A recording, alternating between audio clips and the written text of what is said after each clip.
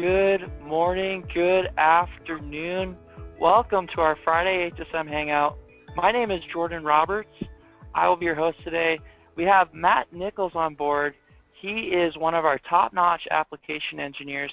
For the next hour, we're going to be showing everybody how to modify and customize their post-processors that are absolutely free, included with your HSM software.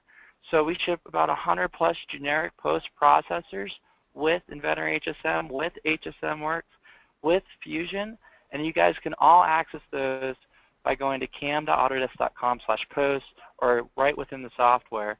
But before we get started, just a quick couple of polls to understand our crowd today. And I do see some returning members, so thank you so much to those that join us week over week. That's so exciting. I want to understand really quickly what kind of CNC machines everybody's running. We ask this every week. We consistently get the same answer every week. But this week, it looks like we have a little bit of a different distribution. So I'm going to share the results here. Look at that. This might be the first time where Haas is actually the minority, but really exciting stuff. Ask a couple more questions here. I want to understand what CAM softwares everybody is using right now. I'm hoping to see a lot of people on the HSM platform. And if you're using Fusion, you can also vote for HSM. It's all the same technology. Okay, closing the polls. Take a look. Wow, look at that, Matt. Can you believe it? 74% of our crowd today is on the platform, and single-digit usage of our competitors. That's great. Okay. A couple more questions here, guys, and we'll get right into it. I want to understand what your role is. We don't really ask this too often. I think we should probably ask it more, but everyone has a specific job to do at their own business. A lot of us do everything. Some of us are very focused, so we always like to understand who we're speaking with. Okay, I'll share the results here. Look at that. So a great distribution, Matt. We've got some machinists, we got design engineers, some programmers. No students, maybe they're doing other things. And then we've got some fine folks that are doing everything. So that's just great. So without any further ado, Matt, thanks for joining us this week. Let's take a look at your screen and let's go through the presentation and the content that you have for us today. Awesome. Well, it's great to be here. This is one of my favorite things to kind of do in this group, so I'm glad I get to kind of share some of my, I guess, knowledge. Anyways, so like I said, we're going to do post-processor customization for HSM products, and basically everything that we cover will work on all three platforms. So that's one of the great flexibilities with our software, that it can do that. So kind of kick it off. This is kind of the agenda that I'm going to cover today. We're going to do, it's probably going to go about 50%. Have some slides, and then we'll look at how we can actually do the modifications within the post and everything. So first, just to kind of get an overview, our posts are developed with JavaScript programming language, so it makes it super flexible and easy to modify because there's so many resources out there that you can go to learn from. My favorite one, and it's like one of my quick links, is w3schools.org. If you ever want to just take the time to go to their site and learn, you can go through a whole lot of JavaScript tutorials, and it's amazing. But first I want to start with syntax. Syntaxing is an important thing with JavaScript because it is the one thing that can make your post fail the fastest. And I have lots of experience with that one. So one of the key things is end of statements. So this is anytime we do like a write block, which we'll look at in a little bit, write comments, lines, anything that is going to have value, a value executed or something like that in your post will always end with a semicolon because that's what tells it to execute that line. So whenever we talk about statements, your ifs, switch statements, and all that stuff, they're all going to be composed of values, operators, expressions, keywords, or comments. Comments basically so that you kind of remember what you're doing, or just kind of noting what's going on in that section. So values, we have a couple different ways we can define these. They're numbers or strings. So numbers, obviously, kind of generic on what you're doing there. But with strings in JavaScript, a string value is just text that you're wanting to output that's enclosed in quotations. So for example, I've got John Doe on here. And then we've got variables, and variables being executed in are defined by var in the beginning of your line. Next will be comments. So comments are done a couple different ways. You can put a line comment, which is just two slash marks together, and then you can write whatever note you want after it. Or it can be used to comment out an actual line of code that you don't want anymore, and we'll kind of look at that whenever we start doing the actual work in the post processor. And then there's block comment. I use this a lot whenever I'm modifying posts, just because if I'm taking out, like if somebody's wanting me to take out a bunch of code, I'll actually do a block comment around it so that the logic and everything is still there and I don't have to duplicate it later on if they want it back in. So that's where the block comment's at. This can be, a couple lines to 100 lines or something like that of code that you want to block out.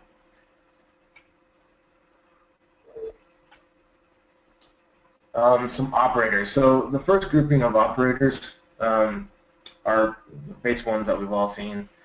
The assignment operators are fun ones to use too, and you'll see this in the post whenever you get into them. So for example here, I've got plus equals x. So x plus equals y. And basically what this is saying is I'm going to, I've already got x defined as a value, and then I want to add it, or add y to it. And I'll show you this here in a little bit as well, so you can kind of get a better idea of it. But that's kind of how these are used. I've already got a value defined for x, and I'm just wanting to add or subtract y to it, basically to x. Now the comparison and logical operators, I use these mostly whenever I'm creating if statements. So your if else or if else if statements and whatnot. But if you're wanting to define, say I'm creating a condition where I wanted to look at a certain parameter, and if it equals this given number, then I wanted to execute this line of code. So instead of just doing a single equal sign, you'll do this double equal sign, and that's telling it it's equal to. Another one that throws a lot of loops and things is, here you do equals is equal to, but if you're saying it doesn't equal, then it's an exclamation mark with an equal sign, and that's telling it that if my parameter does not equal this value, then I want to write this code, and so forth. Okay. So real quick, we'll look at, actually, let's hop over to the post processor real quick, and we'll kind of look at some of this in action. Okay, so here's just that. Whenever you're doing post modifications, you never start a post from scratch. There's always one that you can use and that's generic with our software that you can modify to make a post that will work for you.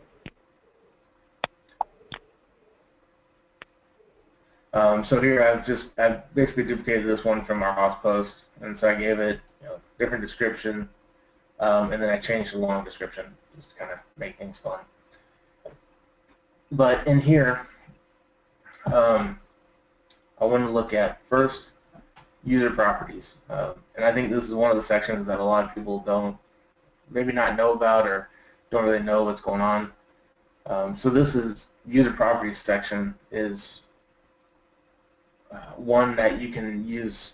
You can create properties to drive information, whether you turn it to true, false, if you give it certain numbers. So like here, sequence numbering. So if you have in numbers on the beginning of your lines of code, this is what defines where it starts at and how it increments the numbers.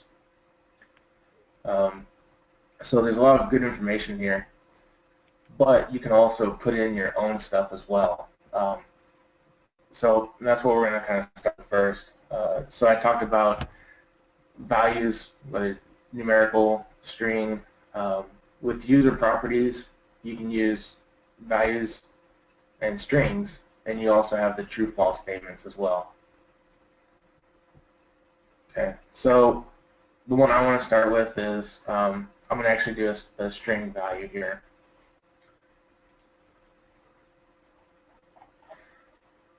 So go in here, and then as I create this, we'll kind of,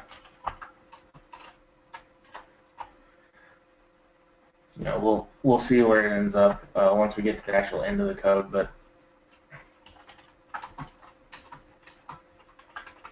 okay, so I make a property that says thank you. Now, a quick note on here, you can see all these are lowercase, and whenever you look at the actual user property window, they're all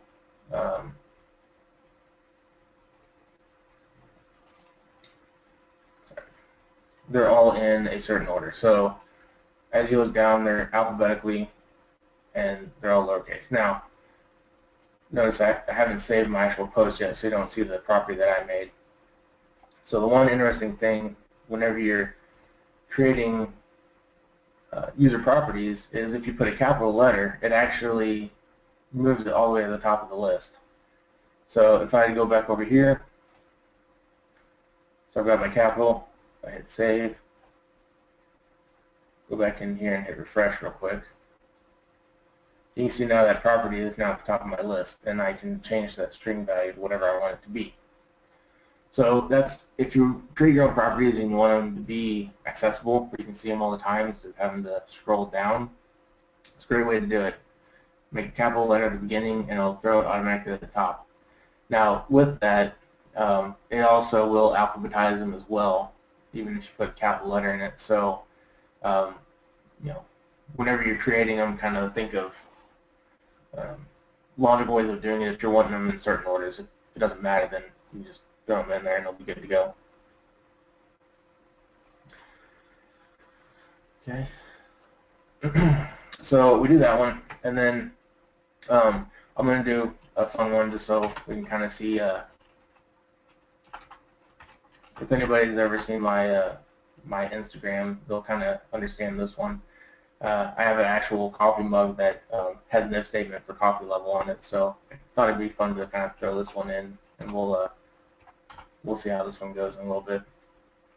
Now,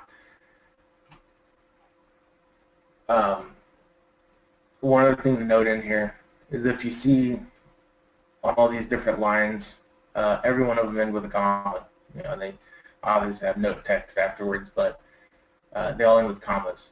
Now, you can see here, and this is the one thing that will get you every time. I don't have a comma on this line, but I do here. Okay, so if I save this real quick, and I go to post-process, you can see it still showed up. Okay, but if I go ahead and post it,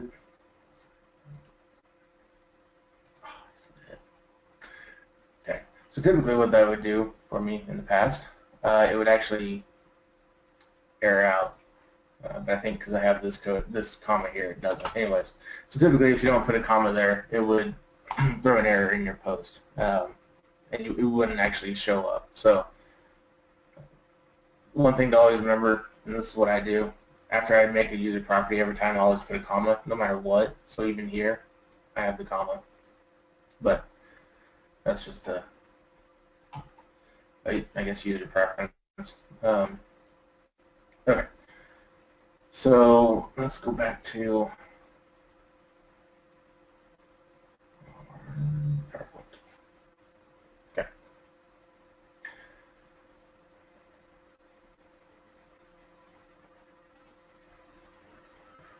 Now, one thing I want to do real quick. I have it in there.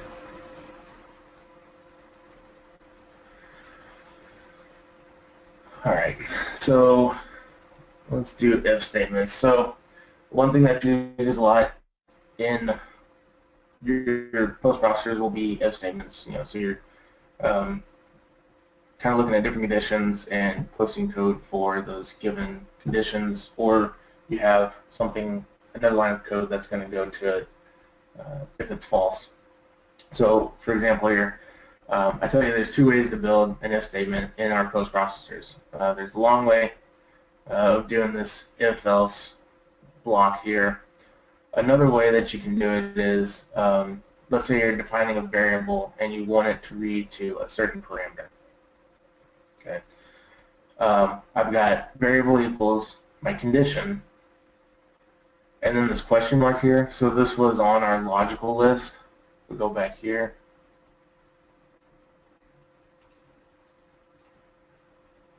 You can see right here there's this question mark in our comparison and logical operators. So that's what this is. So this is saying basically condition and then verify what the result is. So if the result is true, then I'm posting out that information to that variable. Else, if it's false, then it'll post whatever that is to whatever that result is to the variable. And so here's just kind of a quick example of it. If I was trying to pull the value from my operation compensation in my post and put it in comp size variable, this is how I build that string. So var comp size equals has parameter, and we'll look at what the has parameter is here in a bit too, because there's a couple different ways you can pull parameters. So has parameter operation compensation, determine the result. So then if it's true, I get that parameter value and return it to my comp size. Else, if it's not there, I just return nothing. So it's just a blank line. Okay. The else if statement, so this one's if you have multiple conditions that can be met, that's where this would come into play. It's kind of the same build as our if else statement, except for you have this middle one that's got the else if and then my condition too. So there again, if you have multiple conditions that could be true or not, then you would build this in. And then if both of them are false, you would just return this block line of code for if everything was false.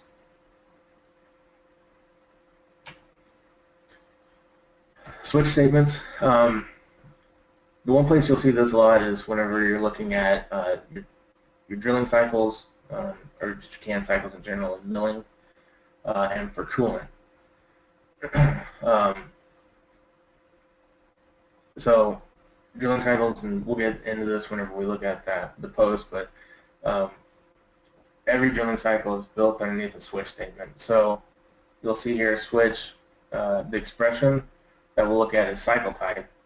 And then each case is going to be defined as each cycle, like drilling cycle. So like whether you're doing rapid in and out, the tapping, boring, whatever that case may be, each one of the cycle types will have its own case and its own block of code that will be executed or posted to your NC file, depending on which one it is. Okay, so in our post, the main sections outside of the user properties that we just looked at, the main sections where a lot of changes occur whenever I'm doing stuff is on open, the on section, and on close. So on open is primarily your header information. So like if you write your tool list, your safety line for like G90, G80, G17, all that stuff. G20 or 21, whether you're doing intrametric, and so forth. So that all information is in your on open section. On section is primarily like tool changing, spindle on off, work offset call, coolant call, and then your initial positioning before you actually start getting into the cutting portion of the tool path. And then on close is basically everything that you close out the program with. So your spindle off, coolant off, and then your homing code. And then again, you got your on cycle point. On cycle isn't, there's not too many times that this will change, because there's a get common cycle that's inside of that you may modify depending on how your cycle definitions are for what the information that you're trying to post out. Most changes will be the on cycle point, so what the actual G code is that's called for a cycle type.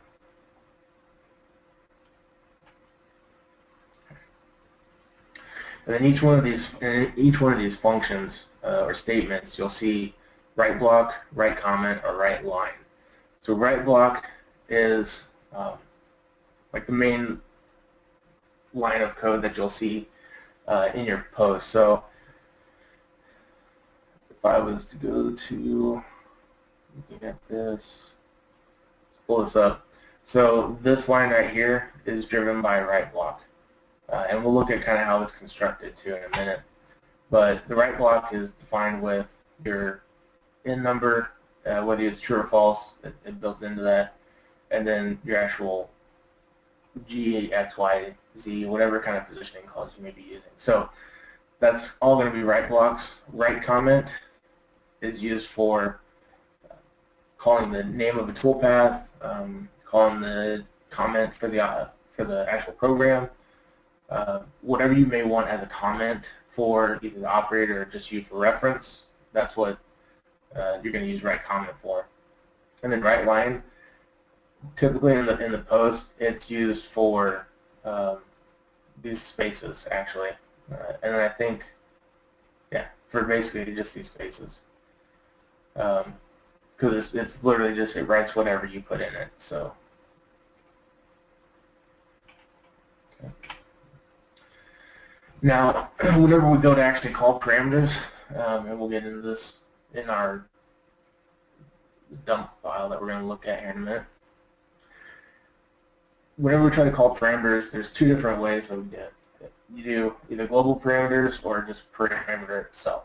And I'll show you the difference and where those section breaks are in the actual dump file of where you pull the parameters from.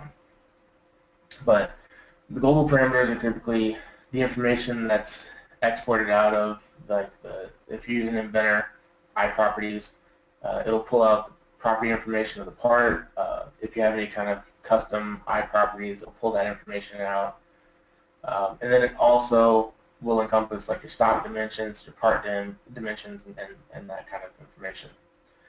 And then the parameter itself is everything else on that page, and you'll see here in a minute, it's quite a bit, that has on parameter. And there's a certain line break of where you go from global parameter to actual just parameter. Alright, now let's get more into the actual post processor itself.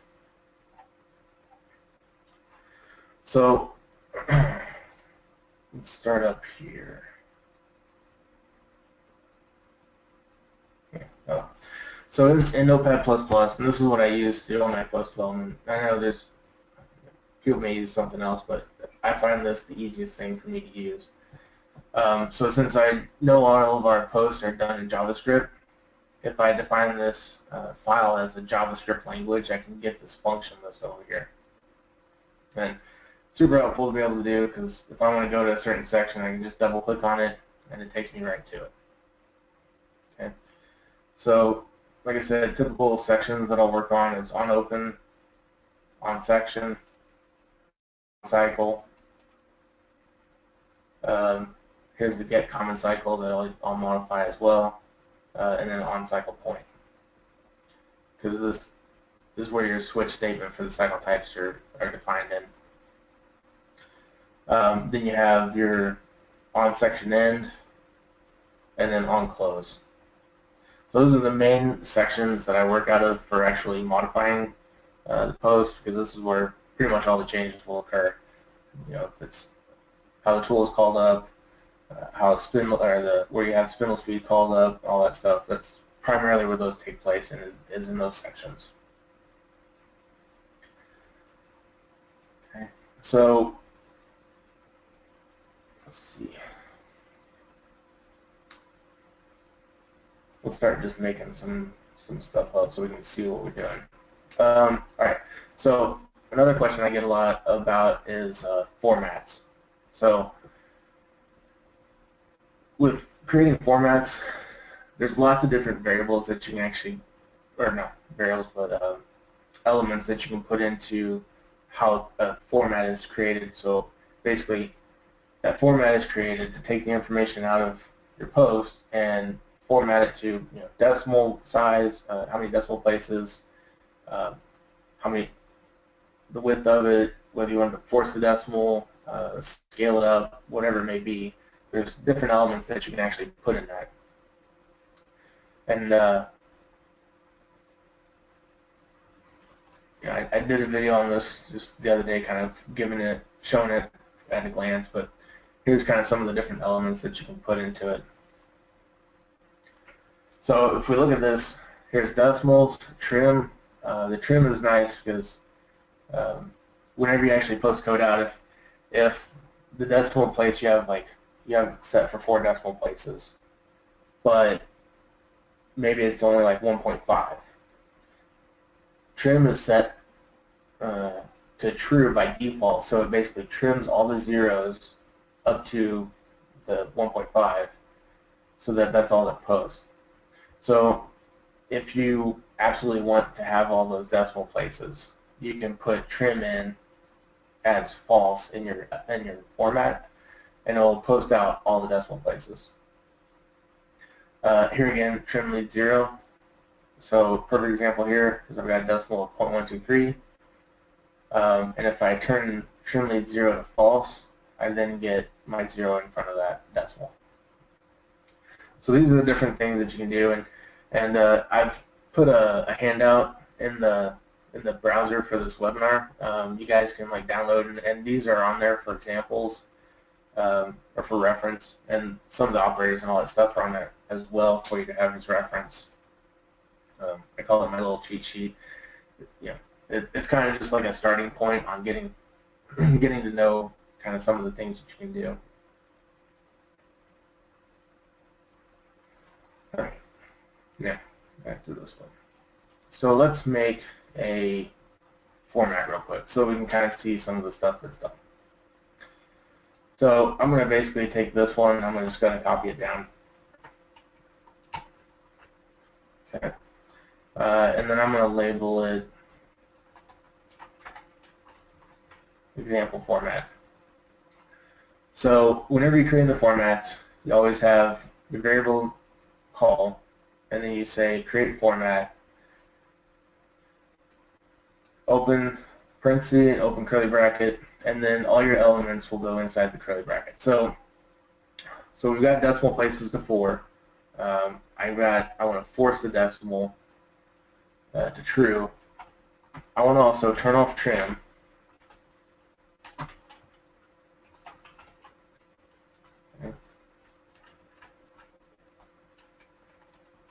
And then let's have some fun with it. Let's do a prefix call of example. And also I want to do a suffix call of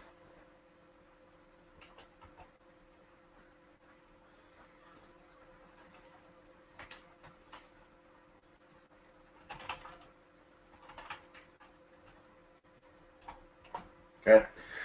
So here I'm telling you I want to trim my I don't want it to trim my value. So if I'm just doing 1.5, I want it to still post all 4 decimal places. Then I'm also giving a prefix and a suffix call. So let's do this. I'm going to go down to my onOpen section, and I want to use this function so that we can see kind of what it does. So inside of my onOpen, I'm going to use my line comment so I can kind of make a note of what I'm doing.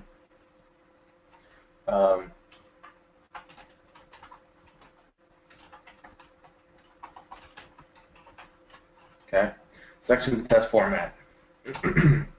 So here, I'm just going to do a write comment. So I want to write a comment out,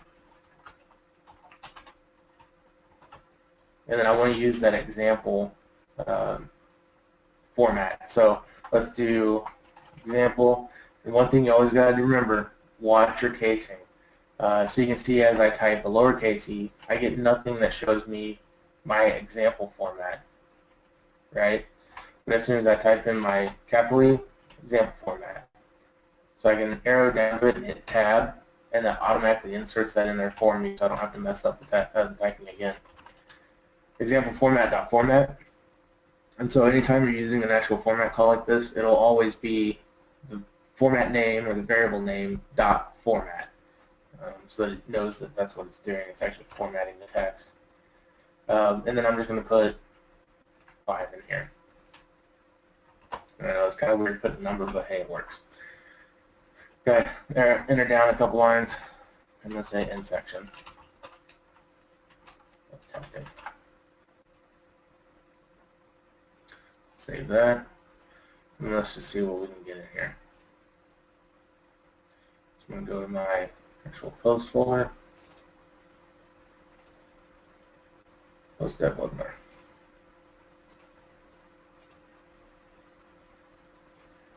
Okay, so here we go, example 5.4 decimal places of formatting. Now the cool thing is here, I don't have any spacing in here. That's a quick one to fix. Let's go back here, go back into my format. So the cool thing is it's all string text, so it literally inputs whatever I put in between those quotations. So I'll just put a space here and a space here, and those will actually give me my spacing inside the post. Now another one that we'll see, scale will happen a lot, like whenever you're looking at turning posts, but you can also see it's in here as well. So scale degree, okay? Let's say I wanted to put that in here just so we can see what the effect is. So I'm going to do scale by 2. So basically I'm just saying multiply the value by 2 whenever I post it out. So I'm going to save it real quick. Go to post.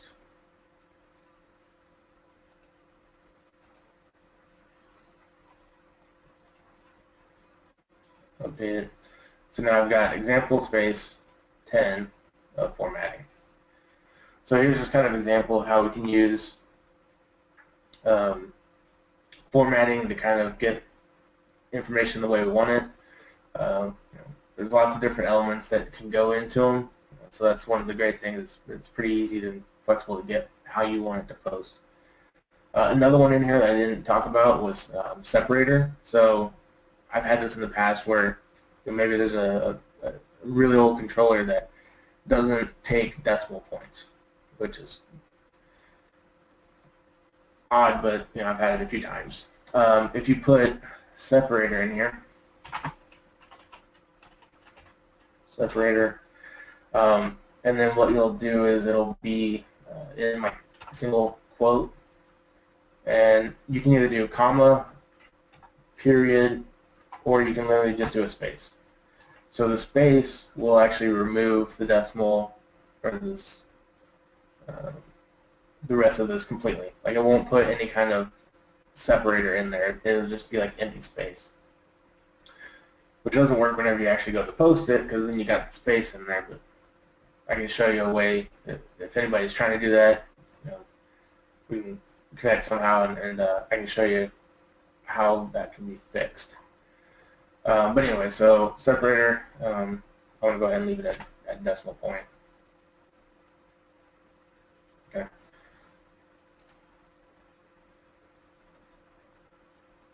Cool. All right. So now let's go ahead and move on to how we can pull in parameters, as I was talking about a little while ago.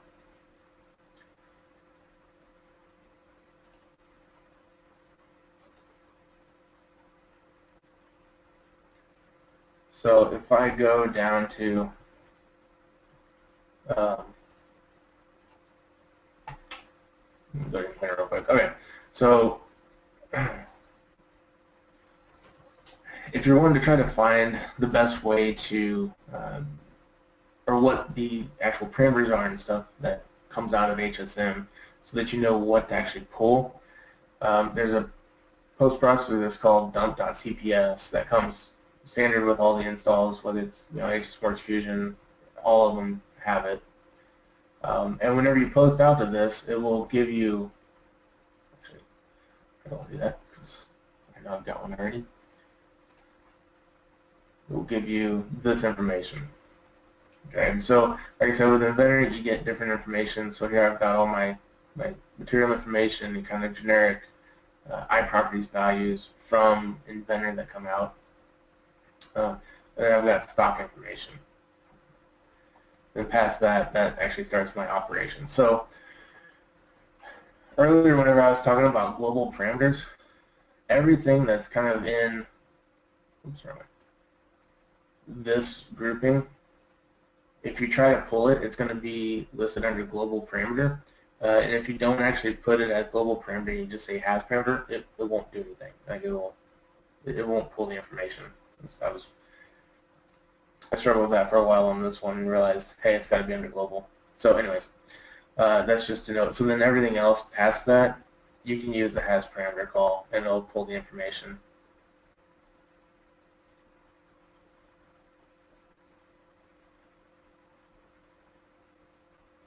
All right. So let's say we're wanting to pull the actual material. So here I've got my material post. Okay. And this is listed under generic, but it's actually in Inventor. I've actually got aluminum. This was an old dump file. So here I've got my material set to aluminum 6061. Okay. And I want to come in my post and in my on open, okay, let's say right here, go ahead and add it to this stuff. I want to create a variable that calls that parameter, and then I want to do a write comment that then tells me what that parameter value is. So let's do this first. And whenever I showed you the if statements before, like there's the two different ways you can do it. You can do it the old style where it's kind of like a big block, or you can, since I'm declaring a variable, I can actually do the if statement with my variable call. So I'm going to do this real quick. Variable material equals, and I know it's a global parameter. Okay. Quotation or parentheses, quotations, and then typically what I do, just so I make sure that I get everything right, I'll go back to my dump file and I'll select it, and then copy, and then paste. So I know that I've matched exactly what the parameter name is inside of the dump file. Okay, so then I'll go here with a question mark, and I'll say get global parameter. And then I'll just copy this over.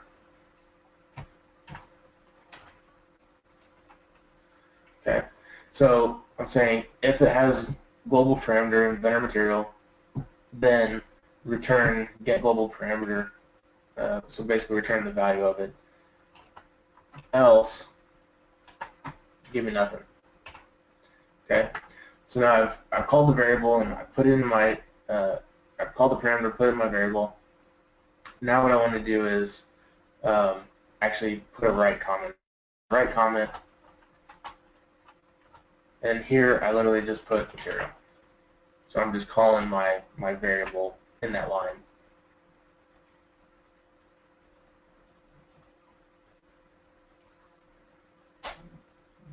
Here.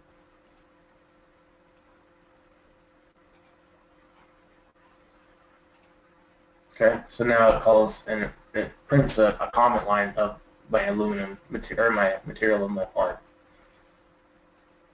Okay.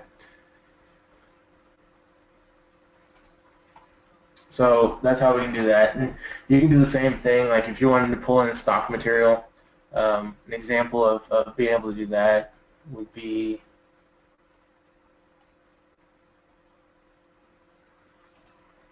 as follows. This one's kind of long-winded. Okay. So an example of actually pulling in the material or the lengths of your stock and whatnot to properly call it inside your post. You know, here I'm creating a variable for upper and lower, and if you look at the dump file, that's kind of how it's set up. So whenever you look at stock, come down here, I've got stock lower X, and I've got stock upper X. So to get overall size, I call both of them, and then I create a variable that add them both together. Even though it's negative, you create the variable would actually be as such. So my overall X, I've got my length upper and lower X. So I do length lower X minus, so that's, since lower was negative, I'm just making it -4 or whatever.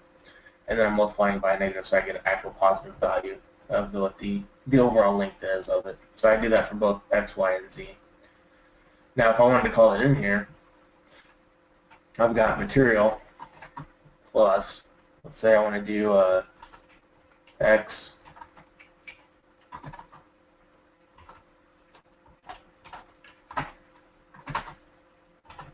Z. Okay, so here I'm telling it I wanted to post X, semicolon with a space, plus so I'm going to actually put that in here. Remember, since it's a string, it posts exactly how you have it, so if I was doing that, X, Y, and Z would all be grabbed against each other, so I want to make sure I space it out some. Do that here too. And then if I want to actually call those values, I'm going to do overall, I'm going to use XYZ format, because there's no prefixes or anything associated with it. It's literally just formatting the number. So I'll do XYZ format,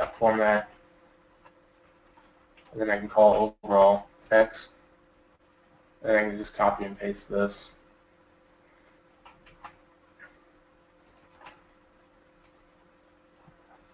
Y, Z. Okay, so then if I save that, go back to my better. Actually, real quick, before I do that, I want to make sure that I have these above that right comment, so I'm not messing myself up. Okay, so now I got everything above right comment, so I know I'm going to be okay whenever I post it out. Go back over here.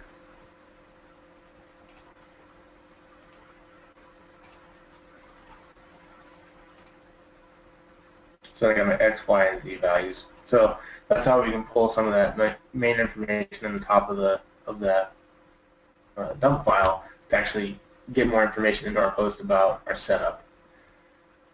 Now let's say we go in and want to modify, let's say how the tool is called up. So I'm going to go down to on section, and this is where I'm going to actually get into my tool callback information. So I'm going to scroll down. Here's the right line with the empty line. If you have an operation comment, that'll get posted out by this. So whenever you see like phase 1, phase 2, that's that stuff. So I'm going to scroll down a little bit more to right here. So here's my right block that's defining my actual tool call. Okay. I'm going to remove this so you can see it all in one line. Or this is my spindle call, I mean, my bad.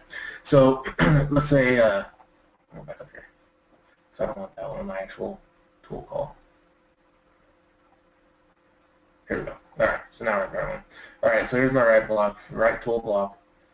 T plus tool format, tool number, M6. So maybe you have a machine that won't allow for this M6 on the same line.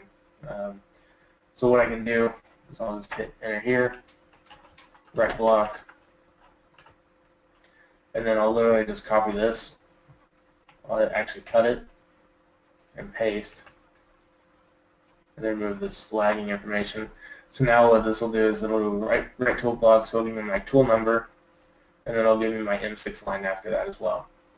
And then if I have any tool comment, it'll write that in. So that's how we can do that if you're just making a minor change to the actual tool call itself. Another one that gets a lot of people, I'll just cover a couple more things, and we can open up for Q&A and kind of go over some questions that you guys might have. Another one that'll get a lot of people, so if I look at my post, okay, so this M9, M1 information, you would think this would be basically on the end of this section, like it would be right here after this code, basically on what we call the on section end. However, where you'll find it is in the actual on section. So I'm going to go back to here. So whenever I look in the on section, right here, if insert tool call and is not first section. So remember, whenever we looked at our operators, a quotation mark with an equal sign meant that it does not equal whatever value you're trying to pass it to. It works with functions or with variables. So instead of having a exclamation equals, I've got an exclamation mark in front of this value or variable. And that's telling it that basically if I'm at an insert tool call and it is not the first section with this exclamation mark, I'm going to pass it a command stop spindle. And the command stop spindle value is actually determined in a switch down towards the bottom of the post. So down here, on command, start spindle, command stop. So here's where some of this stuff is at, and then also this map command. So here's my spindle stop, spindle clockwise, counterclockwise. So this is where you'll see that stuff posted at for modifying. So whenever you look for an actual M5, you don't actually look for an M5 itself. You'll look for this on command call. So that's where that will be. Same with if you do optional stops.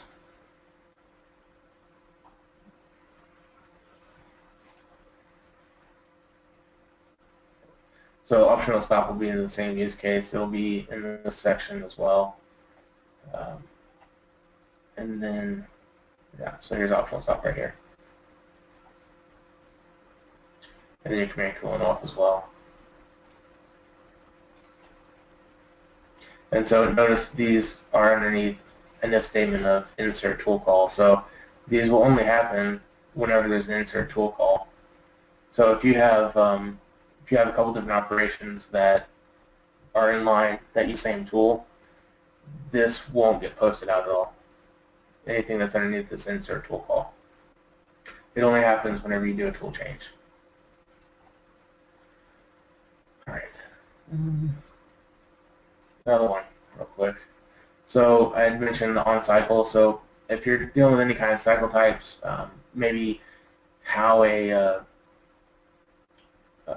cycle call or a can cycle is called, one of the first places I'll always start is with this get common cycle. Because maybe you want it to pull a different value for this R than what is actually being represented in post, or do it somehow differently.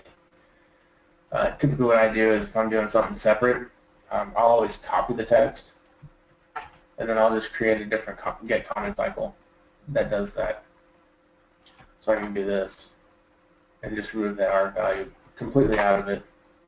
So then I'm really just pulling my XYZ, which is what I wanted to do, because I'm going to tell it what else to get and define maybe a different R value or whatever.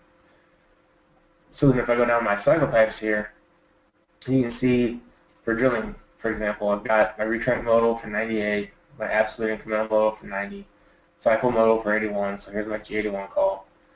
And then I've got get common cycle, and then I pass it my X, Y, Z, and this is what they're wanting to pull for my R value in this drilling.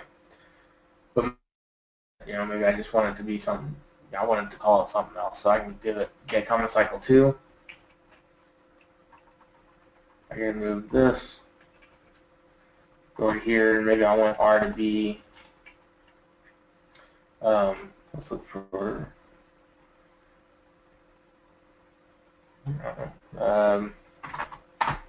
cycle by bottom.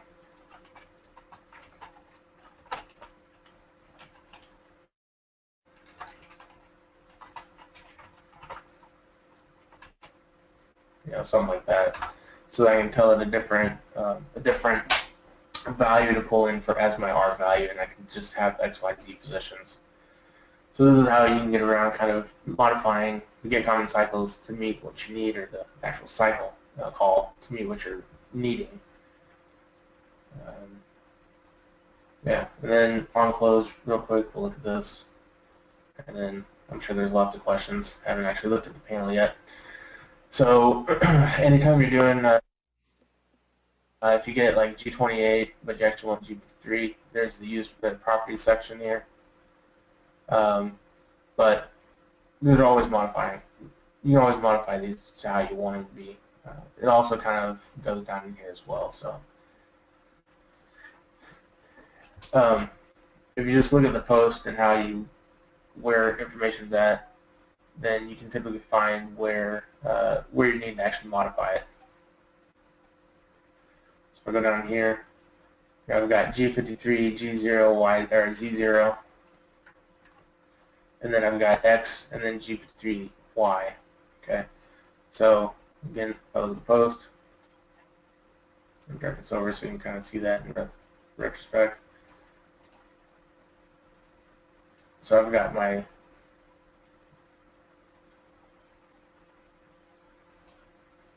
G53 and Z0 here. But then there's X, and then you can do Y down here. So there's different ways that it's all kind of built in. If you strictly want something like hard-coded in, I can block out this section, literally put in exactly what I want. So it's just kind of how you prefer to do things. All right. So I think now is a good time to kind of do some question and answer. So Matt, it seems like we have some questions at the end from Roger and Andrew. They have some specific edits that they're trying to make. If you could take a look at those, maybe walk through and help them out. Yeah. So on this one from Roger, for my tour mock, at the end of each tool use, I would like to remove the G28 line, add M5 and 9 line, then remove the M1 from the start of the next line tool. At the end of the operation, I would like to add M998. Okay, so for the M1, let's look at this.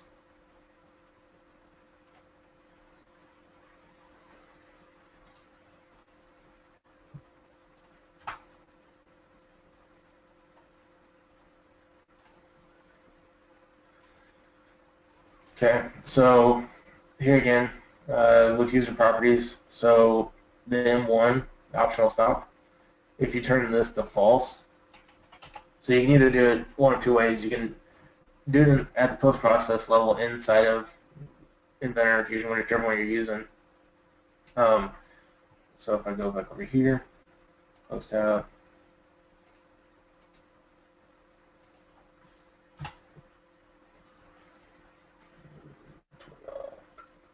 that one. Okay. So here I can go and I can say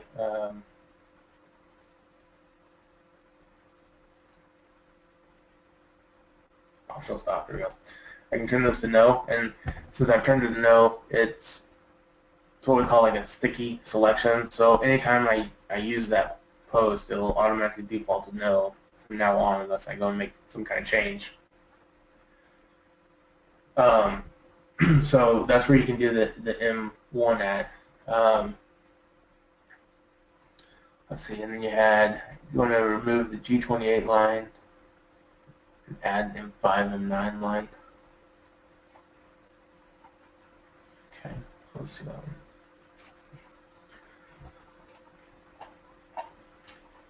So Control F, where's my find it? Oh, it's here.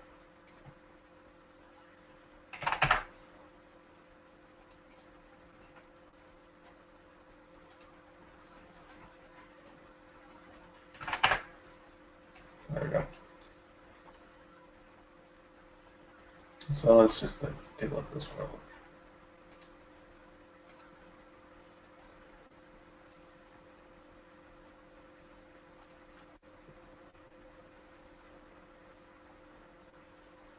So basically, we want to remove this line.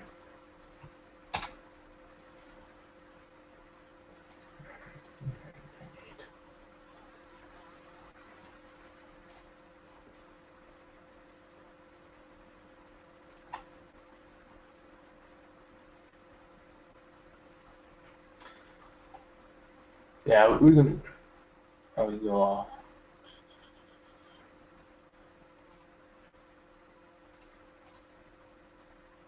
Yeah, I'd have to look at that one closer, and kind of look at it differently.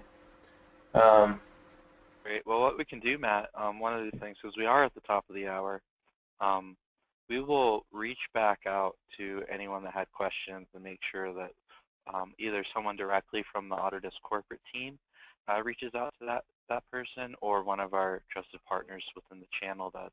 I'd like to just tune everybody's attention really briefly and thank everybody for joining us today. Matt, can you pull up a web browser? I want to show everybody, just in case you don't know, the Autodesk Knowledge Network and the Autodesk Education Program. These are great resources. If you guys have any questions about this stuff, feel free to reach out to anyone. So yeah, pull up the Knowledge Network first, and we'll take a quick look at that. This is the resource that you guys should already have bookmarked. But for any information regarding Autodesk that's product specific, this is a great place to start. You can go right into that search bar, type in whatever product you're interested in learning about, and it'll bring you to exactly where you need to be. The other spot is our forum. As most of you know, it's a very active place where our customers are helping other customers. Hey, Matt, could you pull up the CAM forum as well, by chance? And the last tab I'll ask you to pull up is the Autodesk Education as well. So, you know, if you guys go to the CAM forum, there's a high probability that another HSM customer will be able to help you. But then also we have Autodesk employees that go on there and monitor this as well. So if you don't have this bookmark, please do so today. These two resources are really great. And these get loaded up. In the forum, there's this HSM post-processor forum. Perfect. And if you want a really good reference that Lawrence put up there, this help my post-processor needs to be edited, now what? He put in a couple documents in here. One of them is really good because it's actually like a post-processor documentation. So this post.chm, if you really want to get a deep dive into it, download this and kind of look through it because it's one that I use like a lot for the information that I need. So for example, with my formats, here's the information for my formats in it. So everything that was in there, and then some examples of what it does. So this is a really good resource to have if you're wanting to do post modifications. And then lastly, you know, obviously, so bookmark the forum, bookmark the Autodesk Knowledge Network, and then for anyone that has students or knows educators, please tune them into, and Matt, can you pull up the Autodesk Education website real quick? Now, education has been such a huge part of my life and our extended teams. We like to pay it forward, so our friends that are students and educators, they can actually get this software for free and a lot of other Autodesk software. So if If the kids out there are doing some sort of additive manufacturing as well, they want to branch out from just subtractive, Autodesk is positioned to be a major player in additive as well, and simulation, and there's a whole lot of great software that everyone can take advantage of for free. So I'd highly encourage everyone to take advantage of that while you're a student. And then that's pretty much all we have for today. I want to thank everybody for your time. I will just make one quick note.